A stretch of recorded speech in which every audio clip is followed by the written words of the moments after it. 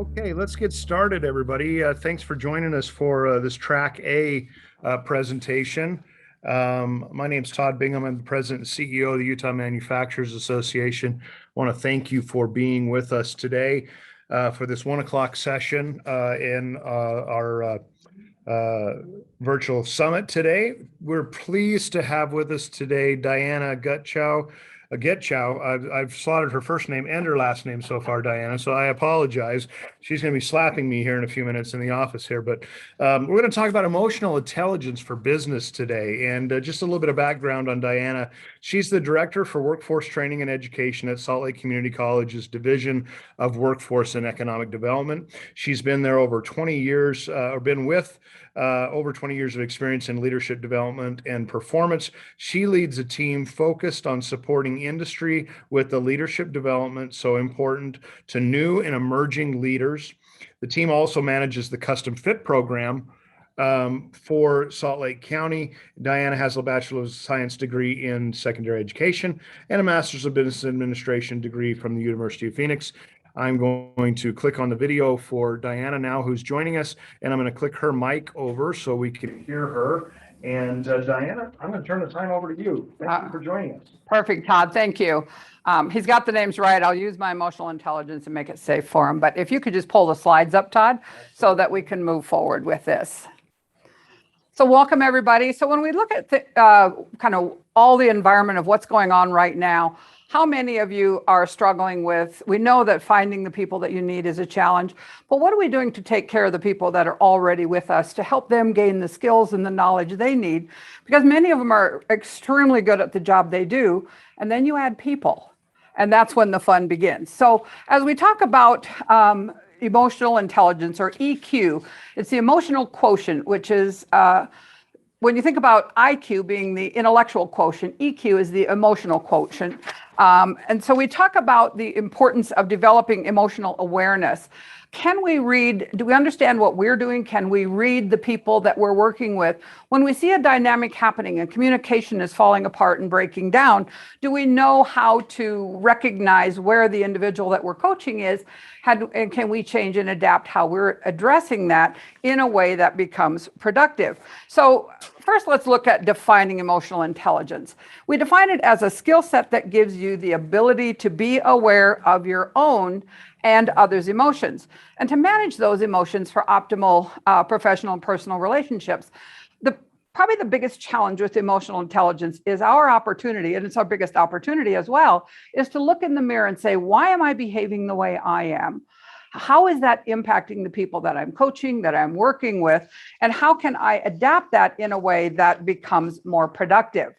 So for a little fun, okay, that slide's not progressing, so it doesn't want to play with us. So Todd and I we're the tandem team here. We'll get this for you. But I want you to have a look at this slide right now where we have a picture of the brain. So as we're dealing with emotions on a daily basis, it's so critical to everything that we do. So when we think about it, everything we see, hear, smell, taste, touch, it all travels through your body in the form of electric signals. They pass from cell to cell until they reach that destination, ultimately being your brain. They come in near that spinal cord. So if you look at the bottom of that screen, you'll see that entering at the spinal cord where the input comes. It travels through that limbic system, which is our emotional center, before it gets to the big thinking brain. So think about, I'm taking a walk out, I'm out on a hike, and I see this dark, long thing sitting on the side of the road. My first instinct is to jump away. I don't do snakes of any sort. And so I'm going to first see that through my emotional brain, through my limbic system, as a snake. After I jump away and take that minute to look back, and it's like, oh, it's a stick. Actually, it might be my perfect walking stick, but that's not what my brain saw at first. So we store that emotional memory, whether it's things that happen when you're 2 years old, 20 years old, a past job, or yesterday. All of that emotional memory is in that limbic system where we feel, where the emotion happens.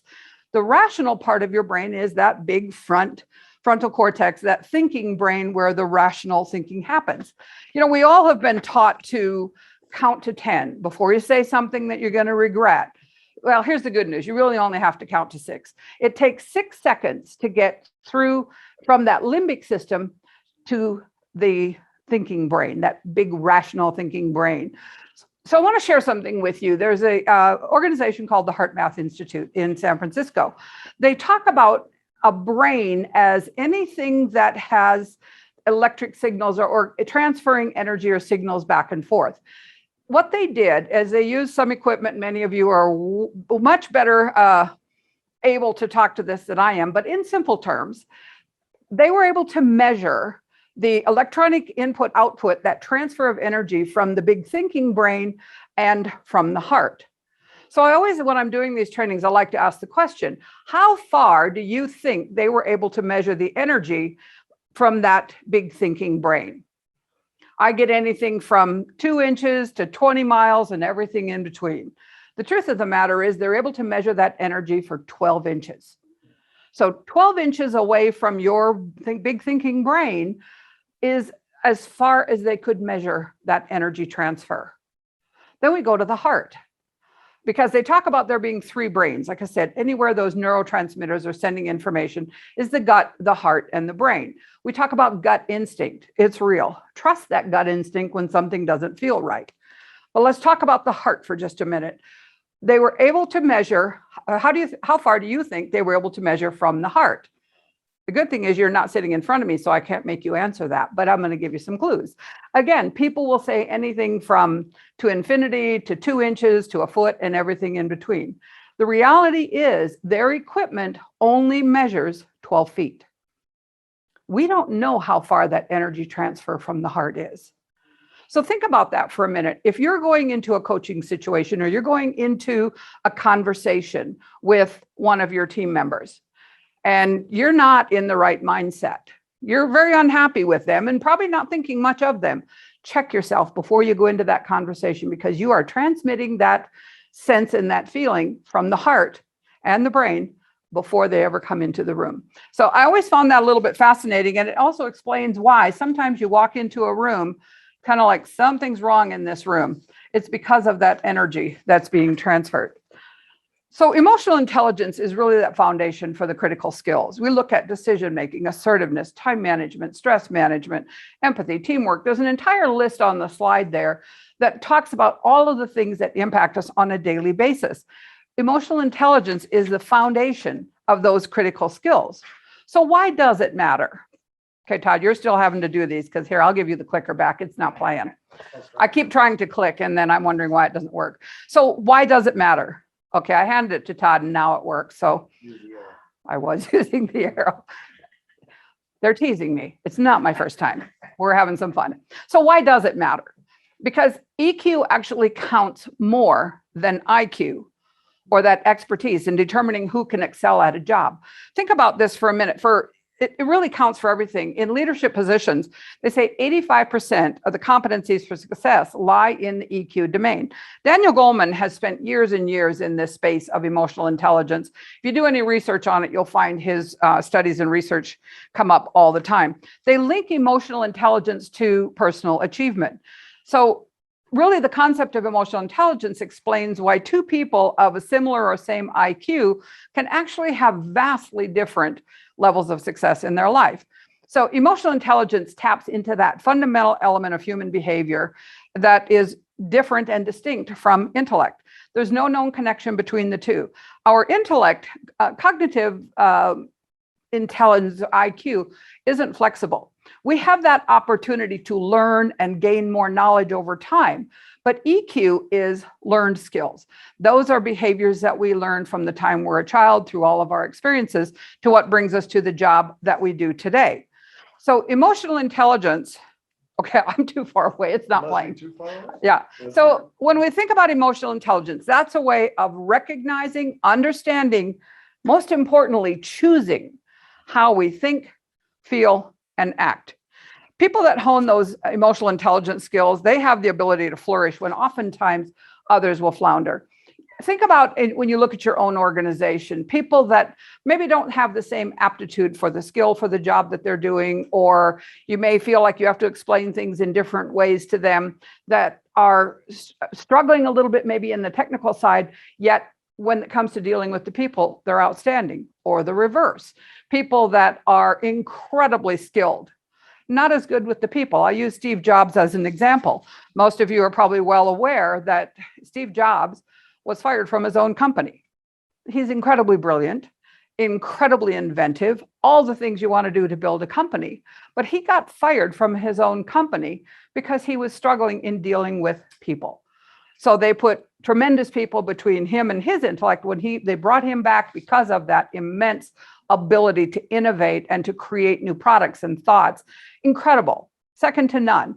But by putting the right people between Steve and the people to get the job done, you see, I mean, you can't argue with the tremendous success of Apple and everything that has happened there. So going forward, we'll look at how does EQ impact that work experience. So less stress, better performance. Oftentimes you're going to have a higher level of commitment. And right now, when you're looking at not only hiring people, but retaining the people you have, that loyalty and commitment is hugely valuable to your organization. Generates more innovation when people are willing to share ideas, the higher quality of service, teamwork, and job satisfaction.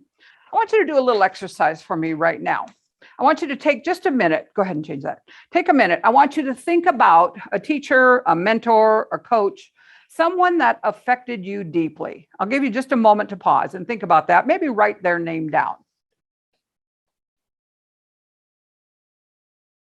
Then I want you to think about these 3 questions for a minute.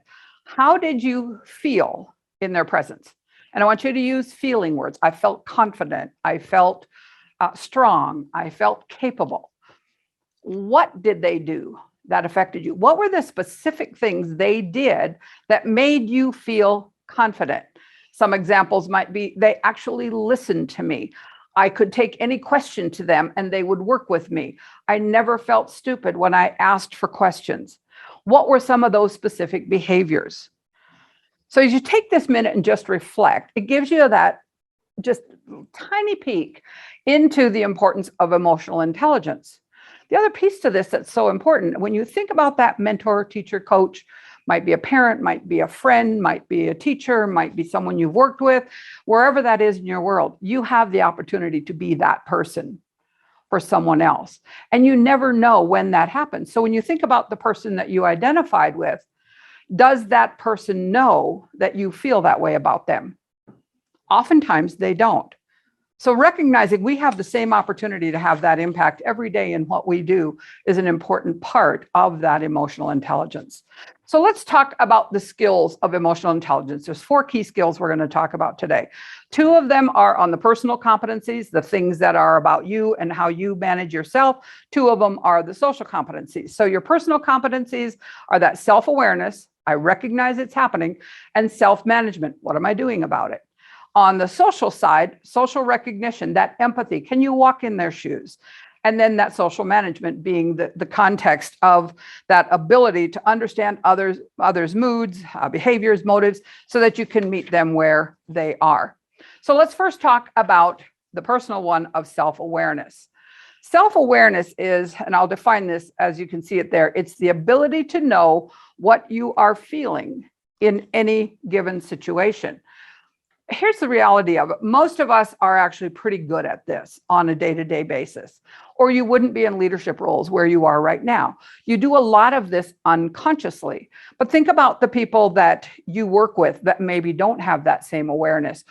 Where our awareness struggles is when we're under pressure, we're under stress, and I don't really care what other people are thinking. Don't really care how it's impacting them. Just need to get the job done. That awareness that I've moved into that space. I'm not really conscious of what I'm doing in an intentional way. Be honest with yourself. Looking in that mirror can be sometimes the hardest thing to do, but it's your greatest opportunity to recognize that, dial back, particularly in a stress situation, and not create something that's even more complex. So how do we develop that self-awareness? A few key things. Pay attention. Watch your body. Pay attention to the body signals, your nonverbals. Are the shoulders hunching? Am I finding myself getting agitated? Am I talking louder? What are the dynamics that are starting to show up in my behavior? Sometimes when you can take a moment and pause, reflect back on a situation where maybe there was some conflict and say, now, wait a minute, what was I doing? What message was I delivering with either my verbal or my nonverbal behavior? And the other thing is, don't judge yourself too harshly. We're our own worst judges. We come out of a difficult situation. We have a tendency to beat ourselves up and go, I should have, could have, whatever. You can't change yesterday, but you absolutely can manage that going forward in a positive way. So the second element of this is that self-management or regulation. So I'm aware I'm doing it. I'm aware of the emotional dynamic. What am I going to do about it? This is where it's important to manage that.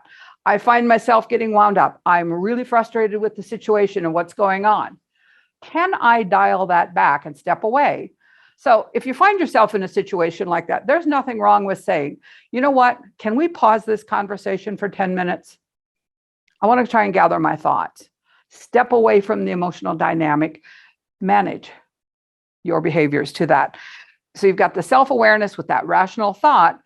So you think before you act, but be flexible in managing that behavior, because once things are said, no matter how many apologies come behind it, they don't disappear, they don't go away. So how do we manage that? Some key areas and ways to do that. One is that self-control. If I feel myself getting emotionally wired, step back, go for a walk around the building, go down, get a cup of coffee or a water or something, step away from the situation, creating the emotion. Another element of this that's so important is trustworthiness. Are you true to your word? Are you consistent? Without trust, everything is looked at through a different lens. So the trustworthiness is an incredibly important part of that. It's going to establish confidence. You're going to have a reputation for honesty. People are going to have your back because they trust you. Being accountable, being conscientious, and being consistent with that. One of the most important things is the consistency of it. If I behave one way with Todd because I decided he's my new best friend today, and Lloyd said I wouldn't pick on him in this, but I'm going to. And if I behave in a different way with Lloyd, Todd and Lloyd are going to talk at some point. And they're going to go, wait a minute, they were getting a different Diana in our engagement. The reality is that starts to break down the trust. And that's when some of these emotional breakdowns can happen. Being adaptable.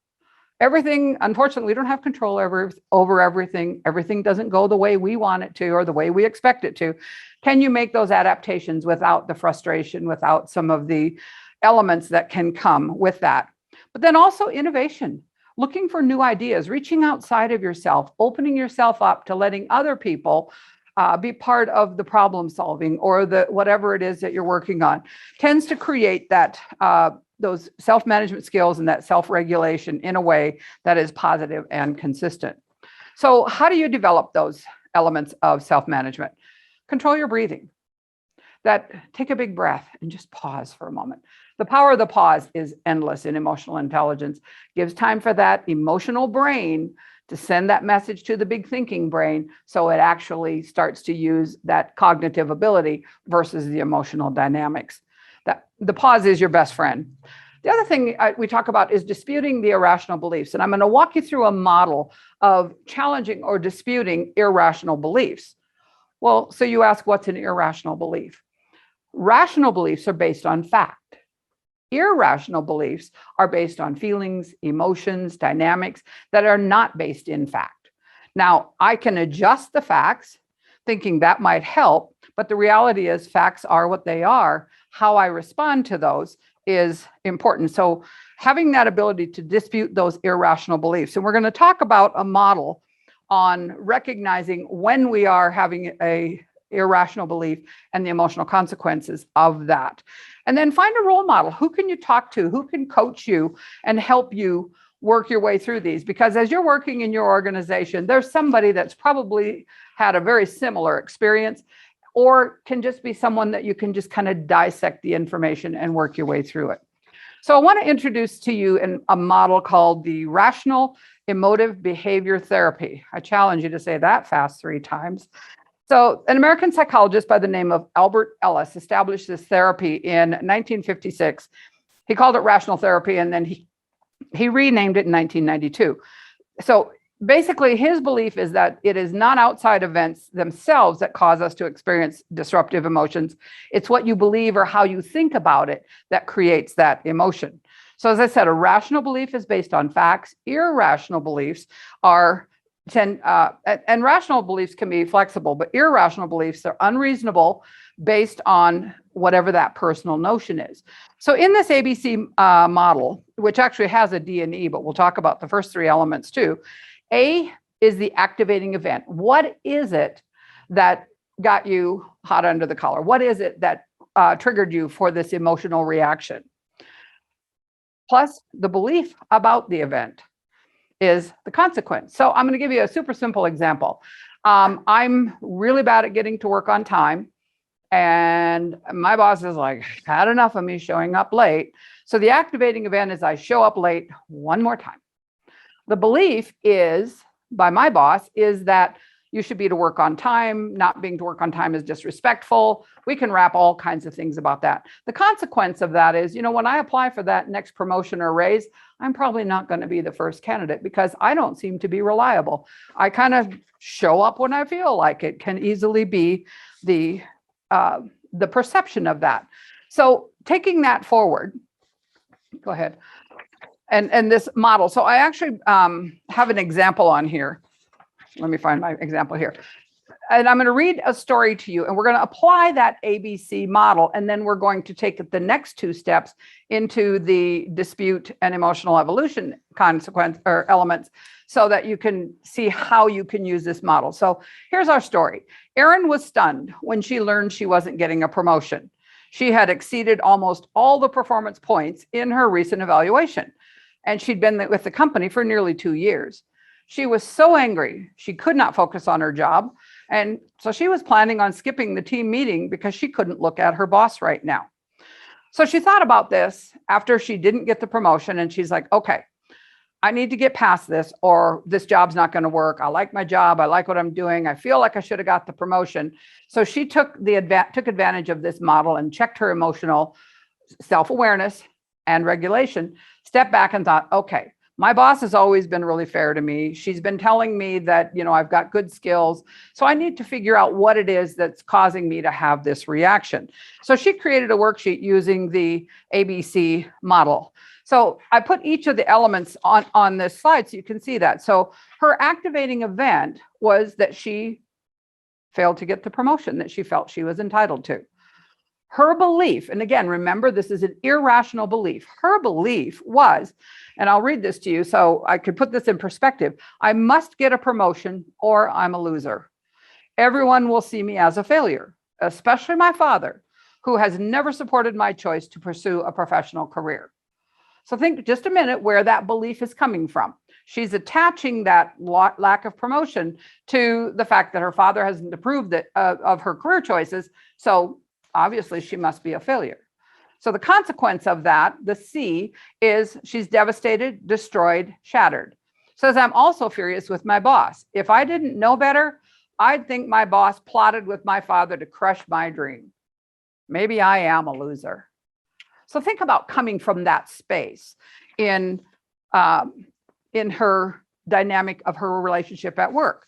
So let's go 2 more steps now and add the D and E elements to this ABCDE rational emotive behavior therapy.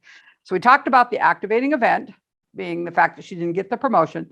The belief, simply she's a loser. The consequence is nobody likes me and I'm not going to get anywhere.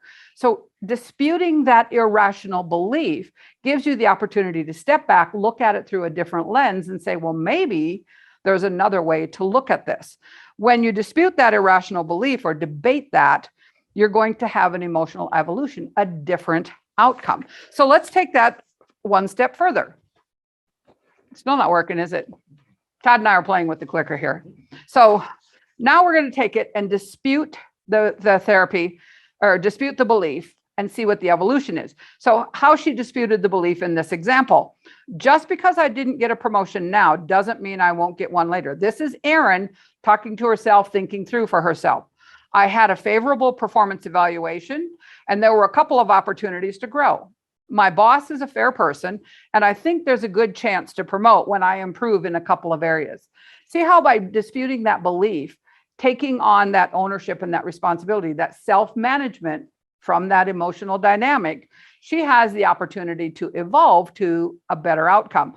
The emotional evolution on this one is I'm still disappointed, but I'm annoyed, but I feel better now. And tomorrow I'm going to set up a meeting with my boss, find out what steps I can take to be ready for that next promotion. So taking ownership and disputing that belief, because where we get stuck is on that belief. And if I believe I'm a loser, I'm proving my father right, I'm never going to be any good, I'm probably not going to excel in my job anymore. I might start pulling away. You might start to see me showing up late when I've always been on time. Watch for those signs and symbols when you're looking at coaching your teams, because when you see a behavioral change, is there an irrational belief behind that you can help challenge or dispute in a way to get a better and more positive outcome? So as we think about that ABCDE model, the beliefs are what drive the behaviors. So moving forward through this, think about a situation again. So taking that self-awareness to the self-management being the personal skills of emotional intelligence. Think about a recent difficult situation that you encountered. And I'm going to give you just a second. So how did you show self-awareness? How did you self-manage or self-regulate? And if you had that ABCDE model, can you identify that irrational belief? And can you dispute that to ultimately have a better outcome or an emotional evolution?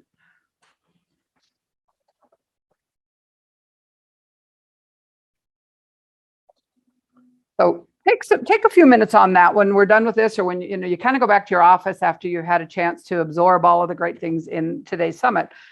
Think about a situation that maybe you can handle or direct in a different way. Diana, can I ask you a question? Please do, Todd. I'm going to speak loudly so people can hear me. When you're looking at this and you're going from C to D, and you've realized that your thought process is not clear, how do I get from C to D as a person or as a leader? How do I acknowledge that my thought process is clouded, right? That I'm not thinking clearly through that. What's the process you go through to get from C to be able to dispute the belief, then be able to deal with emotional evolution? How do you do that? Love that. And that's a great question. It also brings up, if you have questions, go ahead and put them in the chat, because when we're finished here, I'm happy to go back and we'll answer some of the more direct and specific questions you have. But back to Todd's question, how do you, when you find yourself stuck in that consequence in C, how do you get back to D? You have to back up and identify what is that belief. Sometimes that can be painful. Sometimes that can be, you have no idea where it came from. Because the reality is, let me just take it outside of the work environment. If I grew up in an environment that said, if my dad always said, if you show up late, you have no respect, people aren't going to like you and you're going nowhere in this world. Well, as a child, I'm going to put that in that limbic system. I'm going to store that one in my memory.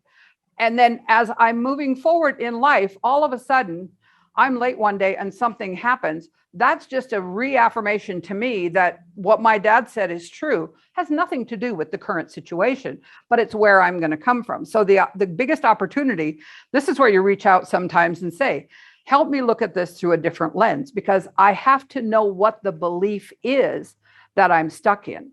If I don't know that irrational belief, if I can't identify it, I can't dispute it. Sometimes that's hard. Polish that mirror, look inside and say, wait a minute, what am I thinking about that person? What am I feeling about that person or that situation? Is that the only way to look at it? And how can I challenge that or dispute that, which ultimately can lead to a dialogue that maybe had died in the process of getting caught in this negative consequences. Does that help clarify? Yeah, very helpful. Good. And like I said, feel free to add other questions. And as we get to the end of the session, we'll have a few minutes that we can answer questions. So let's now move to, so we talked about the personal side. This is the piece that you own. On the social side, what are the impacts of that? So we talk about social recognition or empathy. Can you walk in other people's shoes? Not, I did that job already, I don't know what your problem is. But can you walk in their shoes and understand where they're coming from? If I'm perpetually late, and I keep using that, but by the way, I'm not, I'm always on time almost.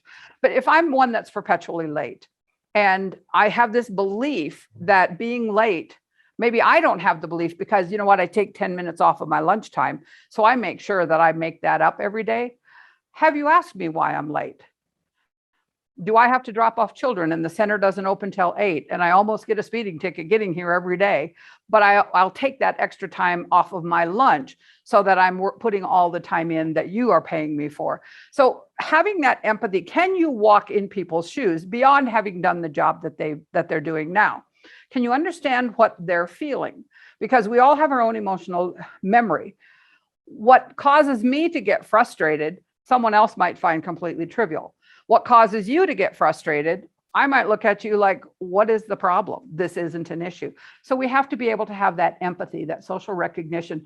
We're not all the same. We come from different places and spaces, and we have different things that matter in different ways. So part of this is really being a good observer. Am I listening? And you may have heard this before, but when we talk about listening, and I know Zig Ziglar has said it and others, are we listening to understand, or are we listening to respond? So you're halfway through telling me what the problem is, and I'm like, okay, I got a solution. Hurry up, hurry up. Are you done talking yet? Come on, come on, come on. Okay, so I got a solution, and I provide that solution. And when I'm all done with my great wisdom, you look at me and go, well, that wasn't really the question. I'm sure that's never happened to anybody, but if it does, stop and think for a minute. Am I listening? Am I actively listening to understand? Or am I listening to respond?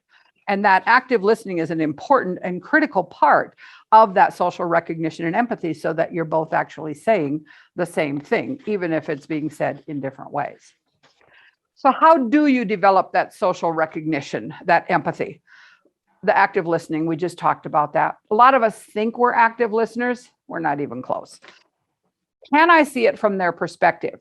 I may not agree with their perspective, but can I see that they might have a different perspective that's valid and real?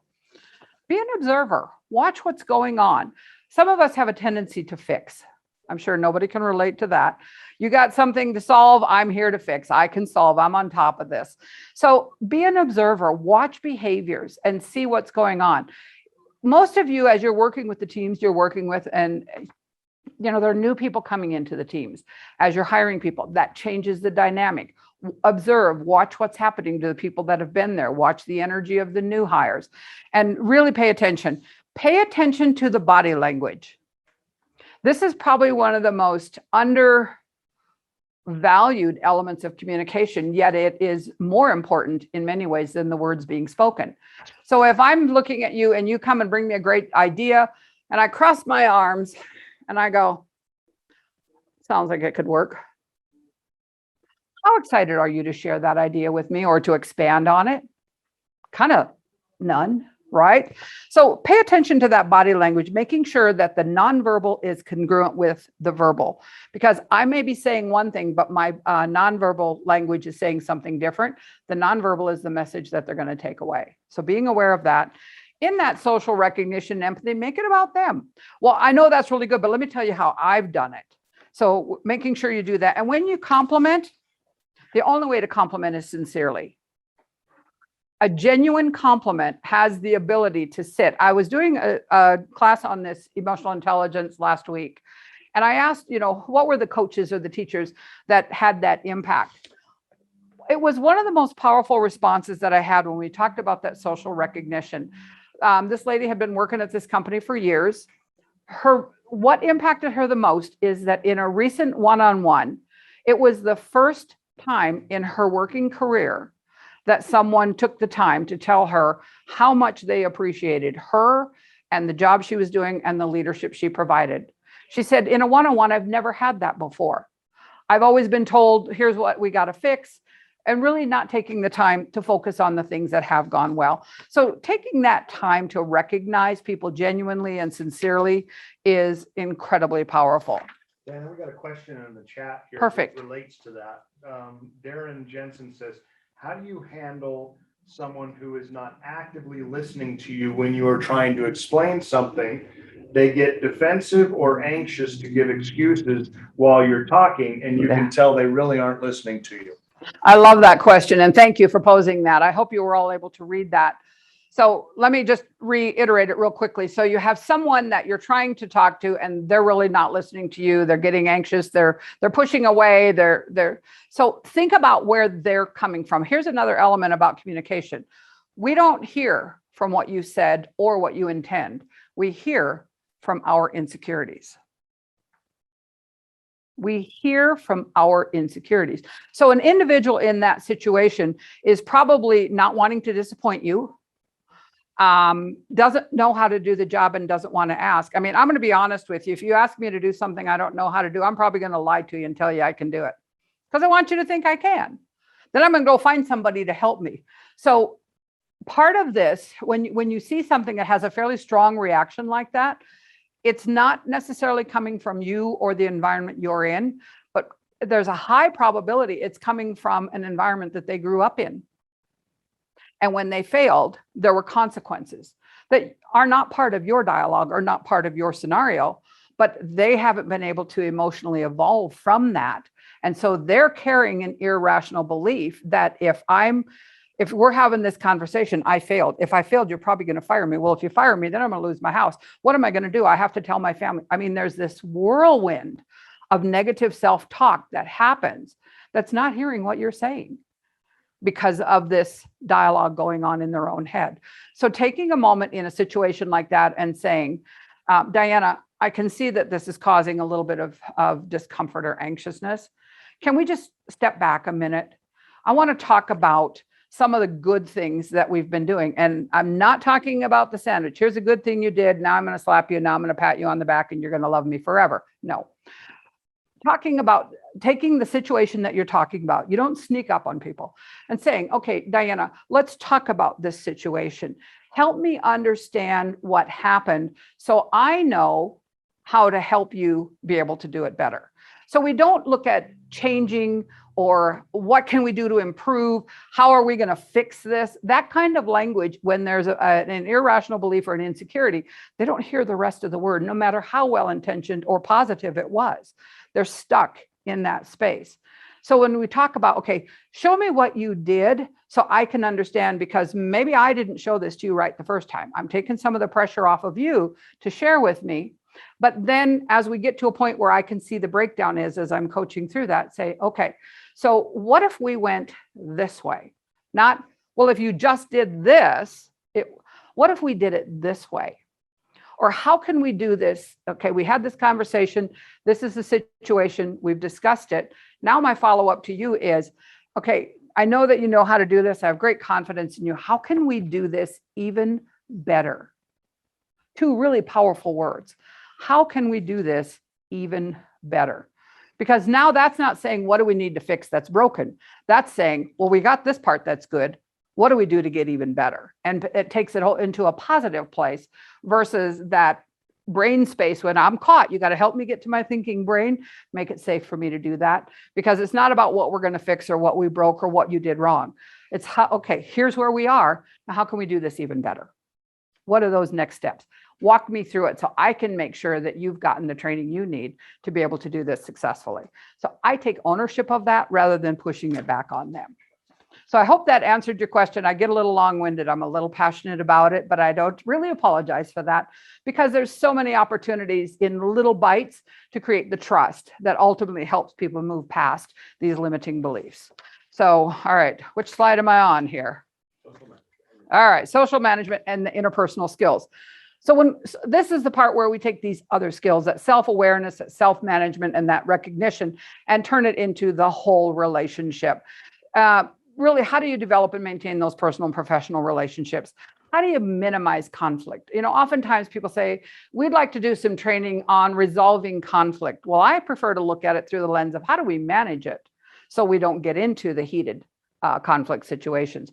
So when we take it from a managing perspective, your emotional intelligence is a fundamental key element of managing conflict, because if we don't see the conflict elevating, if we don't see the energy elevating, we're not going to step in when it could be a simple conversation. Once it's blown into full-blown conflict, emotions are high, people aren't hearing, and it becomes much more difficult. So recognizing that those interpersonal skills are the foundations of communication, of listening, of genuinely caring, being sincere, all of those elements, and it's about how you influence others. So how do you develop these social management skills? Fundamentally, play nice in the sandbox. I was gonna say, I think I broke Todd's computer too. So we practice etiquette. Be nice. Be mindful of the body language. I've talked about that a little bit. You want to synchronize that verbal and nonverbal language. Be accessible. This is, how you go through years of schooling and there's one thing that sticks. So it might have been expensive, but it's a good one. Is to be accessible. How many of you have a written open door policy? Self-reflection. If you have to write it as a policy, do you have open door culture? Is it a culture or is it a policy? And then exchange personal information. You don't have to invite everybody back to your house for barbecue every weekend, but do you know that people have children? Do you know they have dogs? Do you know what's important in their world? Okay. So we're going to go through an exercise. So if you'll go back one slide, Todd, for me, thank you. We're going to talk about a PFAT. Everybody wants to talk about PFAT, right? What's a PFAT? PFAT is, it's a tool that you can use when you're in that self-awareness space. What are my physical symptoms? The heart rate, the dry mouth, I'm talking faster, I'm talking louder, whatever those happen to be. What am I feeling? I'm feeling anxious, I'm angry, I'm tense. Back to, was it Darren's question earlier?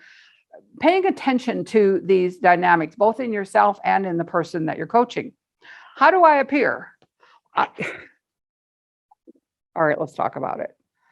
I'm not going to open you up to having a good dialogue with me.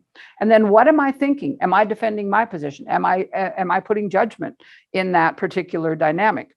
Why is this so important? People are prone to negative behaviors when they're experiencing conflict or high stress. It's when we're under pressure, when we're in stress, that this moment it takes. You can do this exercise and take the time to walk through and say, okay, write these down, PFAT. What are the physical symptoms? What am I feeling? How do I appear? And what am I thinking? Again, am I thinking to respond or am I thinking to understand? Am I listening to understand? So when we feel that way, we really become fixated on our position, defending ourselves, distracting from the topic. And again, I'll go back to Darren's good example. If I'm in this situation, I'm the individual that is not playing nice, I'm not listening, I don't care. What is that person feeling? Probably some of these symptoms that we're sharing here on the screen, the heart rate, the sweaty palms, the clenched teeth. What are they feeling? Are they feeling anxious? They're feeling insecure? They're feeling tense? What are they feeling? Because here's the thing, if I'm only focused on what I'm feeling, I don't really care what you're feeling. Don't care, don't see it. We're not communicating at all. So as a leader, step back a little bit, look through that lens of awareness and see, what are they feeling? How are they slouched? Are they sitting up? Are they moving forward? Because you can see the aggression starting to build, the frustration. And what are they thinking? Well, we can't know what they're thinking unless they share it, but we can surmise that if there's the anxiety and all these other things, they're feeling insecure, however that's described. So when we think about doing that, I want you to take and just write these down for yourself. And this is an exercise that you can do. Think about a conflict situation, current, past, whatever. Take a moment and go, okay, what was I feeling? Because the self-reflection is really important. When I did this training recently, one of the participants, after we went through this exercise, she was like, wow. I'm like, okay, share more. She said, when I did this PFAT exercise, I actually started feeling what I felt in that conflict situation. My heart rate started to go up again. As I thought about the conflict situation, these feelings and thoughts, the physical elements of it, all came back to life for her. So what do you do with that once you know those things? That's when we come back to the beauty of that ABCDE model. When you're faced with a conflict situation, so think about what it was. What were your physical signs? What were you feeling? What was your appearance? What were you thinking? Now go back because you know what you were thinking. And this is where we come into the ABCDE, and it's in that irrational belief space. What was the activating event? Did something break down? Did somebody not do their job? Whatever that happened to be. What was your belief about that event? And when we tie that into people, that gives us an opportunity to even have more differences. And what was the consequence of that? They start avoiding you. They're not going to play anymore. These are important. How can you go back and dispute that belief? So thinking about a high energy conflict situation, Look through your own mirror first. Go through that PFAT exercise. Now go back and say, okay, I know what I was feeling. I know what the event was. I know what my belief was. This is what I was thinking. Challenge that. And sometimes it's hard for us to challenge that ourselves. So have someone else say, I need a sounding board. Here's where I am. Give me some other perspective. Help me dispute that.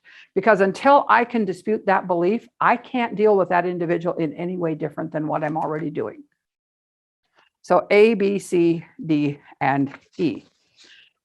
One more, so I just want to leave you with this thought, and then if there are any other questions, pop them in the chat right now, because we've got about 10 minutes more that I'm happy to answer any questions if we can. But remember, how do you show up? Your thoughts, as we've shown, are what lead to your emotions.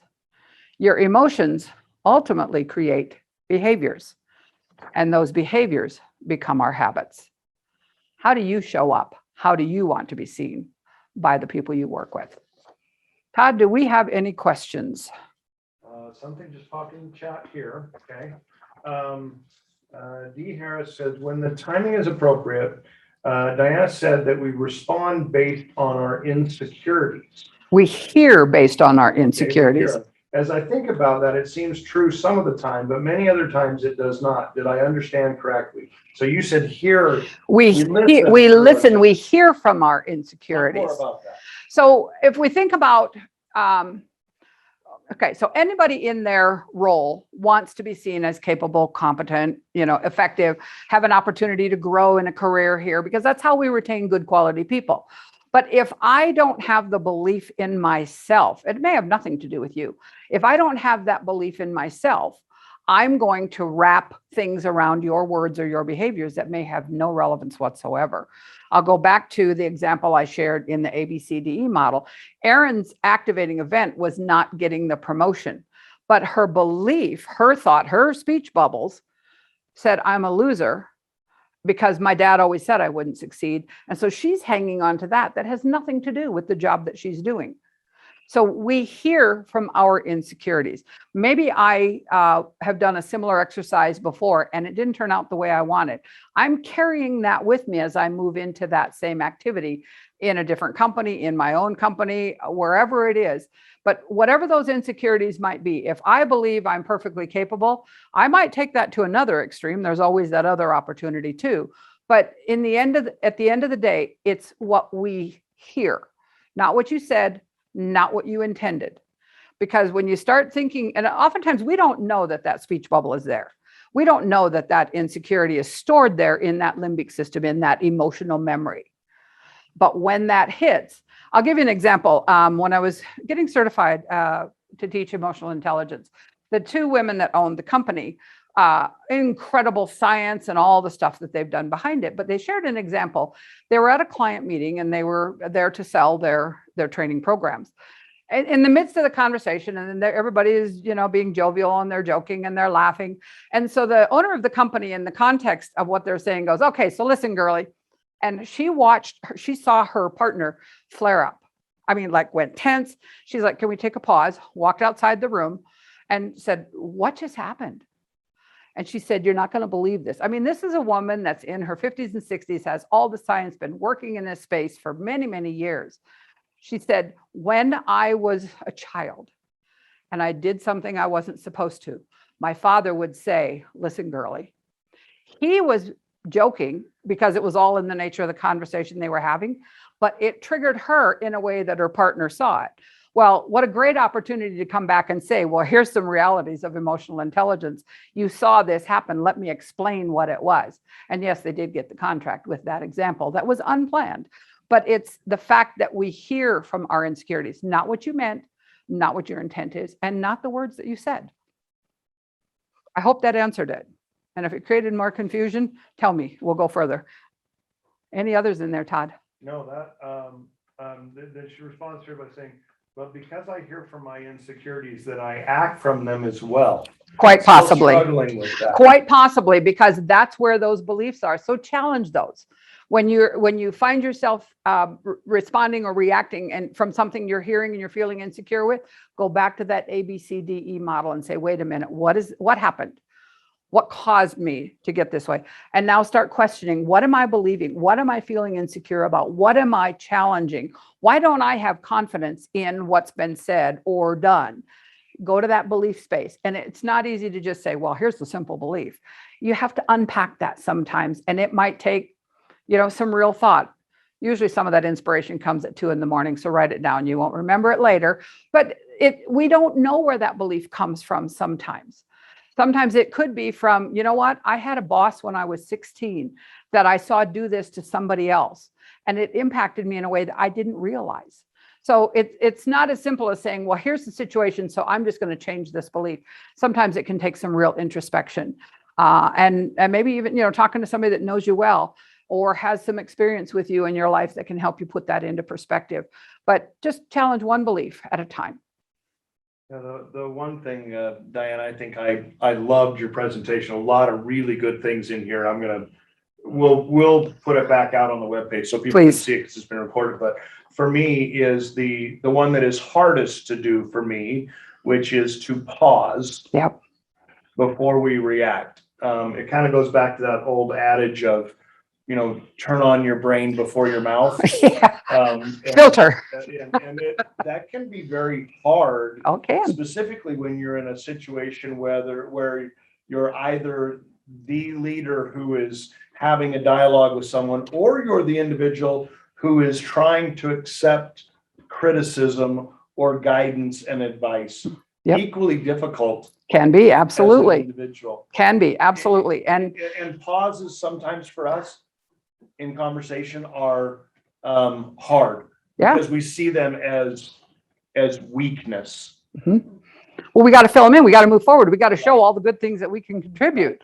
And the reality is the pause is truly your best friend. Now, if you're the safety manager and there's an earthquake, there's no pause. Get people out of the building. We don't pause there. But in most of our situations, and the key to the pause is recognizing that the emotional dynamics, the physical dynamics, the thinking dynamics are all coming into play. Go back to the PFAT. When you start to recognize that, because where we get in trouble with the pause is when we get triggered, we go, we run, we say, we do, whatever it is, but we didn't recognize that we were winding up. And when we start with the self-awareness, the foundation of emotional intelligence is that self-awareness. I know in these situations, I don't handle myself well. I know I'm going into a situation that tends to be similar to that. I'm going to think about what are the consequences or how I might approach it before I go in. It's when we see or hear things and they hit us for the first time, we get caught off guard that we tend to have our worst behavior. And then we get all kinds of other fun dynamics trying to reverse that or change that. So, but it is about also being genuine and sincere. You find yourself, you forgot the pause, created a situation that probably isn't what you would like to be known for. There's nothing wrong with a sincere conversation to say, I don't know why I behaved that way, or I'm sorry I behaved that way. That's not how I feel. That genuine conversation builds that trust again, because the most important person to trust first is yourself. Awesome, Diana. Thank you. Thank you so much for that. I didn't see any other questions in there. Thanks again for being here and presenting with us. Some great information there, and I'm anxious to go back and pour through this as a leader myself, because there's some things here I need to work on, and I very much know that. So we'll have this, it's recorded, we'll have it up on the site. Thanks to everyone for joining us. Our next piece, we'll have Leah Lobato coming in, and she's going to present on workforce and our disabled workforce opportunities. So Diana, thank you again for being here, and we'll tune in at 2 o'clock for the next session. Thank you. Thank you.